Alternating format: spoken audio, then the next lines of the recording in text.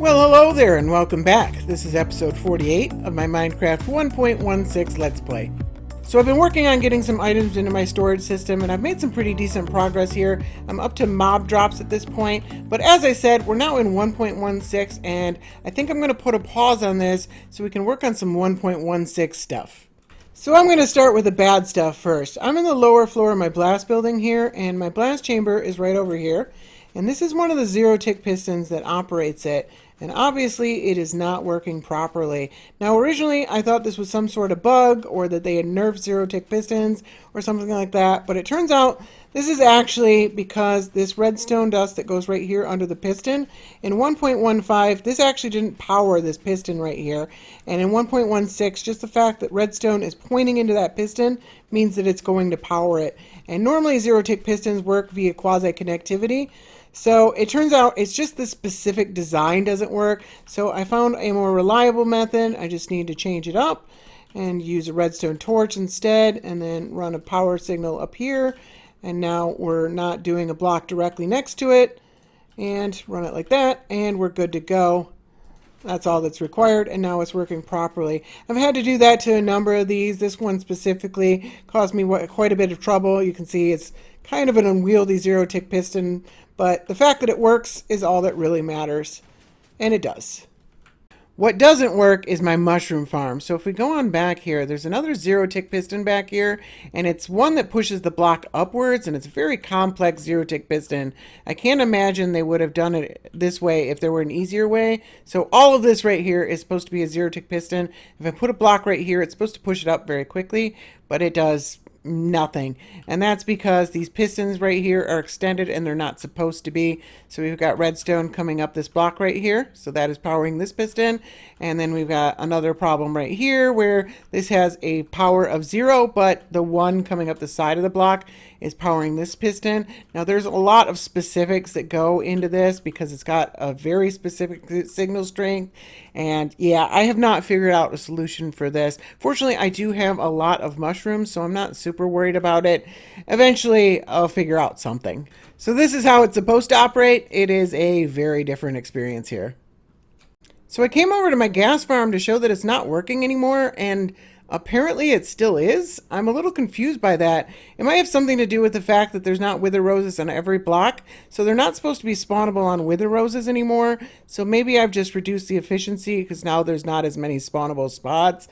I don't know. I'm not too worried about it. I have tons of gas tiers, and there's probably better ways of getting magma creams in 1.16 anyways.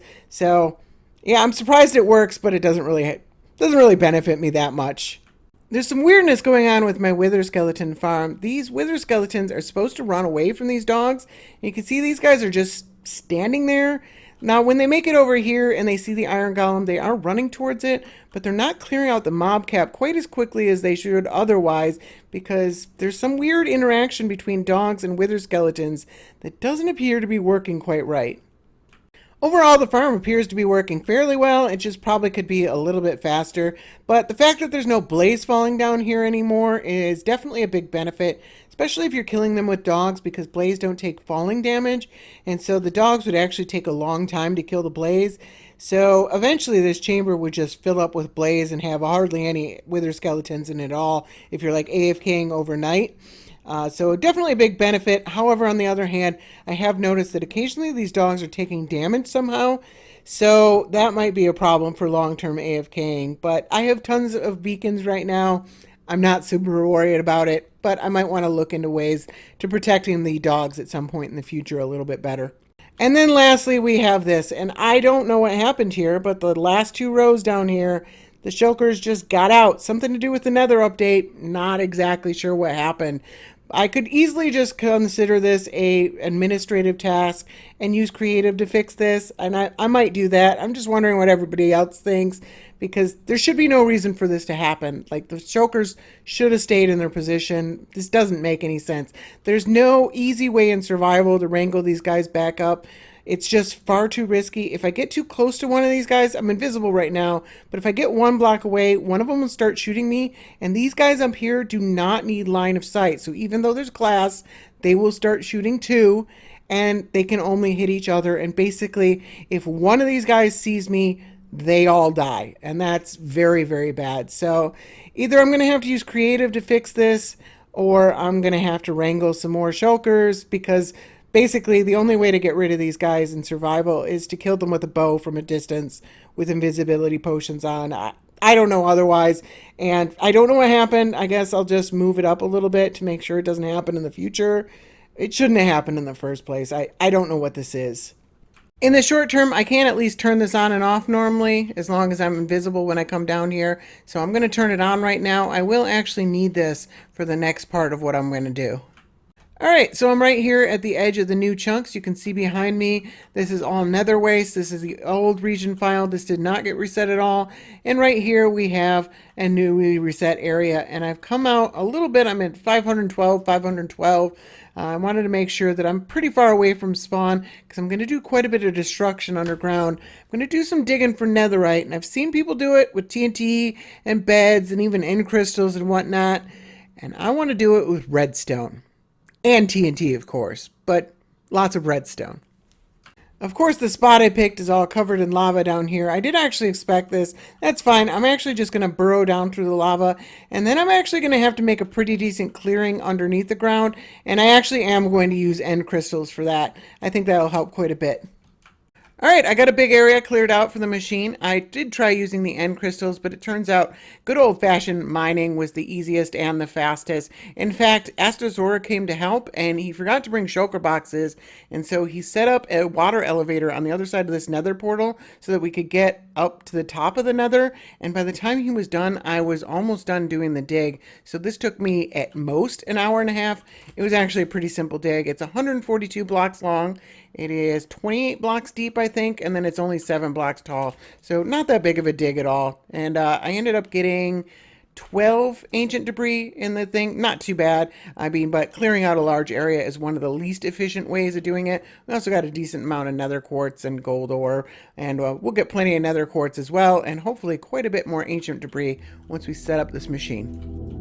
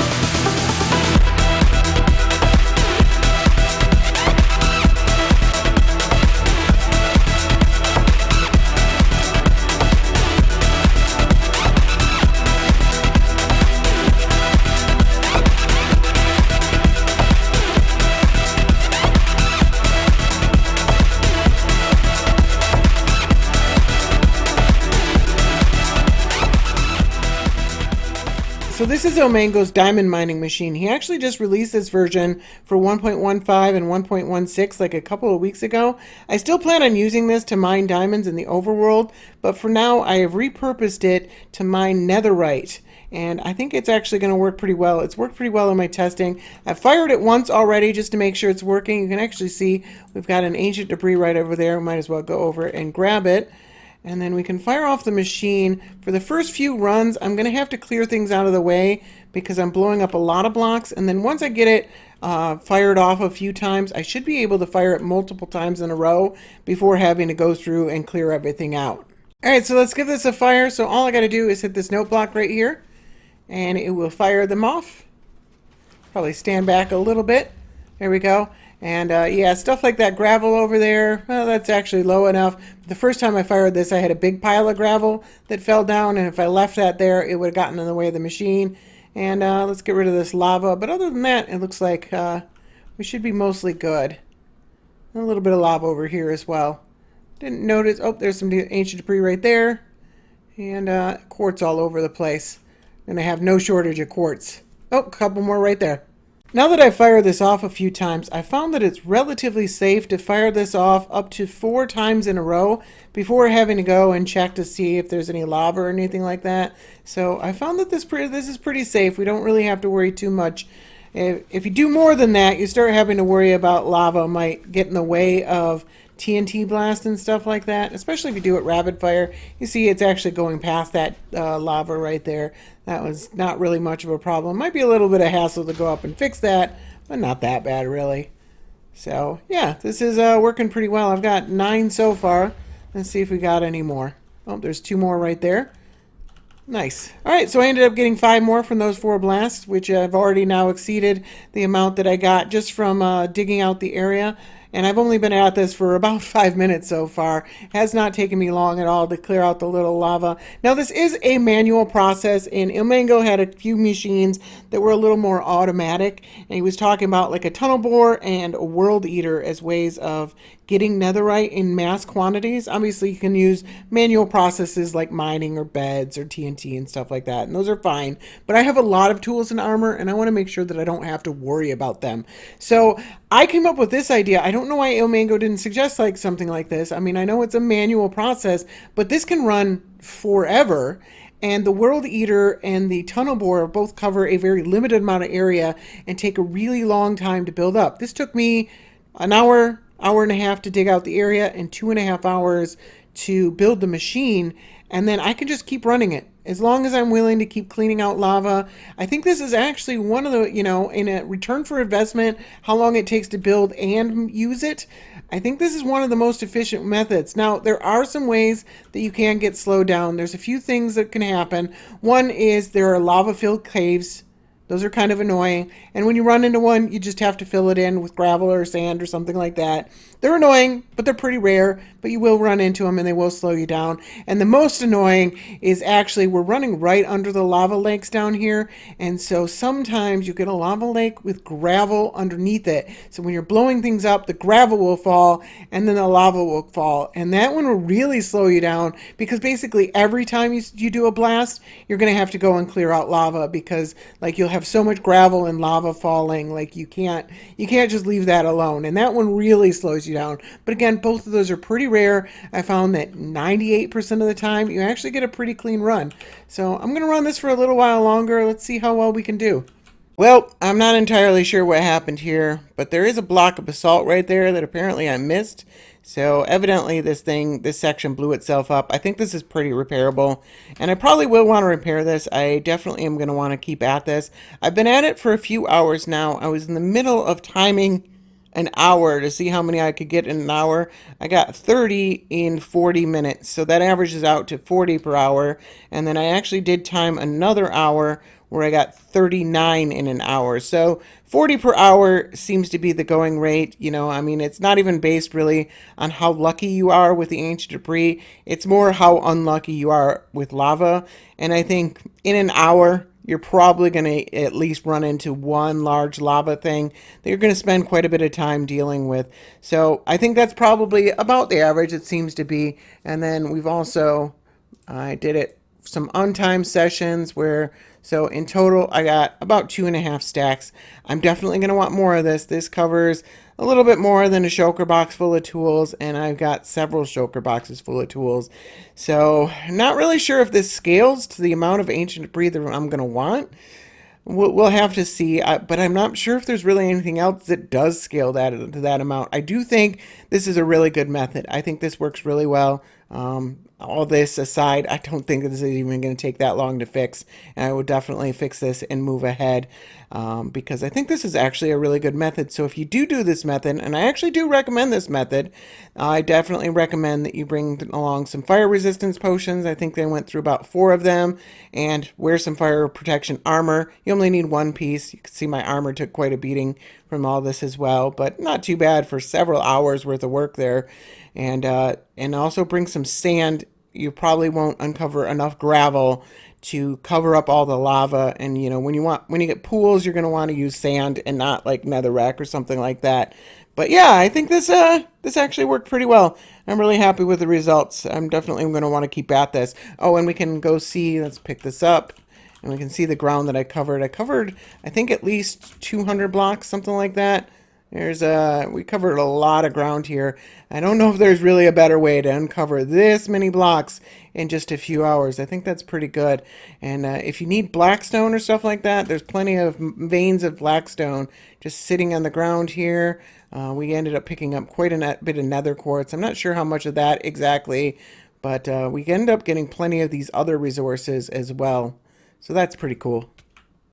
Oh my, oh, well, this is devastating. I was dealing with this lava right here, and I cracked a block and more flowed on top of me, and I got stuck in it, and I didn't have a potion on me. And stupidly, do not do this, I was carrying a shulker box with my ancient debris in it. The ancient debris that was in my inventory was fine because it's lava proof. But the shulker box with 2.5 stacks of ancient debris is gone. So I got a little bit of my inventory back, but not the good part, not the part I wanted. And that sucks a whole lot. So yeah, I'm set back to nearly zero. Oh, that is devastating. All right, we move forward anyways, you know. I've just got to do a bunch more of this apparently and deal with, this is actually a really bad lava. You don't see these that often, but this was a really bad one. Oh, that sucks so much. And by the way, I did change, I don't know if you noticed, I changed the resource pack of this so that they show up really good from afar. Yeah, so I'll put that in the description. You can just turn that on and off. It's just a single resource pack with just this block. So you can load it up and turn it on and off if you want to use it yourself. Because I find this pretty useful. It's pretty easy to miss these. But yeah, I'm going to have to do quite a bit more of this now. That sucks. But I did fix the machine. I did fix the machine. It's working fine now. And I was trying to do another hour run and I lost all my stuff. And that sucks. Yeah, so it turns out this lava pool that I was having issue with is one of the worst I've come into. This is huge. So I might actually have to go up to the top source up here and deal with it there. Oh man, this is a really big lava pool. What a pain. Alright, so I've dealt with the lava apocalypse there. That was actually much worse than it looked, and ended up there were 3 lava lakes like that, basically right next to each other. That was, I will openly admit that dealing with lava is a giant pain, and if you really hate dealing with lava, this might not be the task for you. It is pretty rare to see that's the first time I've seen anything quite like that, even close to that. So it is pretty rare to see large lava lakes like that, but you know, when they do happen, you can't go around them. Like, you just have to deal with it before you can move through. So I'd like to end on a high note of getting at least a stack or something like that. So I'm going to keep on going. So I've done about 650 blocks total of nether blasting, and I've gotten to the point where I am up past where I was when I lost everything. And I had the good sense to keep it in my ender chest this time, which is right here. So we've got 4 stacks of ancient debris. So this will modify 64 tools or armor. So it's definitely a good start. I do wish that I had those extra 2.5 stacks that I lost, but you know, honestly, I might not have continued much further if I hadn't lost all my stuff. So really all I lost was the time, which definitely does suck, but it was my own fault. I should have been carrying a fire resistance potion on me, first of all. Like, always carry a fire resistance potion, and if you use one, grab another one.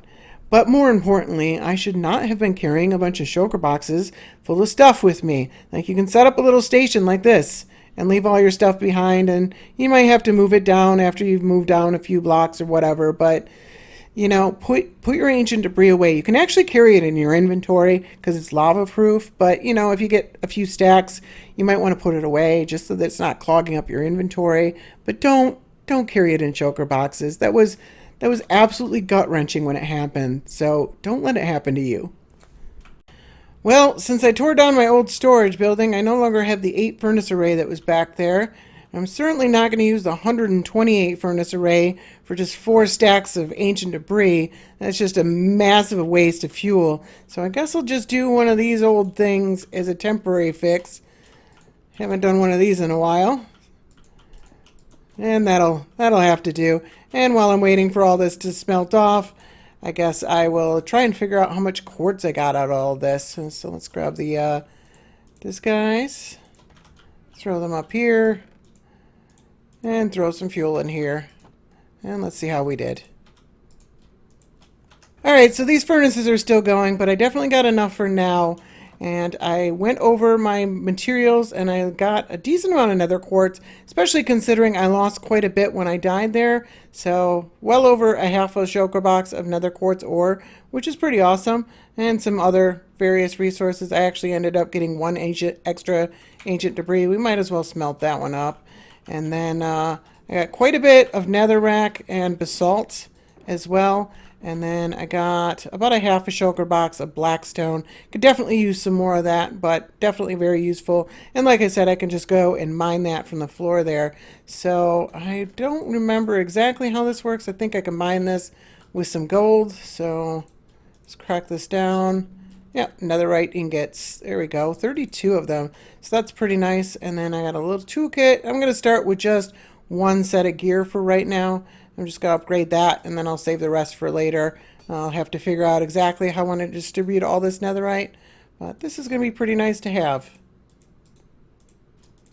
There we go. I got my Thanos armor on, and I'm set and ready for an adventure. So between episodes, I think in order to fully utilize this storage system, I'm going to want to have access to all these shulker shells that I have, but I'm saving them so that I can have a shulker box full of shulker shells. So not sure exactly where they went. So yeah, right there. So I got to fill up the rest of this chest here before I can actually use these shulker boxes. And I'd really like to use these shulker boxes.